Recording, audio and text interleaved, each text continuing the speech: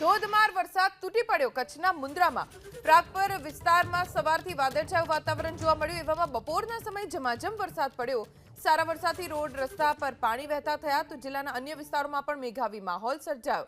આગાહી વચ્ચે કચ્છમાં ધોધમાર વરસાદ વરસ્યો. આજે સવારથી જ વાદળછાયું વાતાવરણ જોવા મળી રહ્યું હતું. બફારો પણ ખૂબ વધી ગયો હતો અને અચાનક વરસાદ જાણે તૂટી પડ્યો હોય એવી રીતે પડ્યો. અમારા સંવાદદાતા હર્ષદ ઠાકુર પાસેથી જાણકારી પ્રાપ્ત કરીશું. હર્ષદ, કયા કયા વિસ્તારોમાં છે વરસાદ?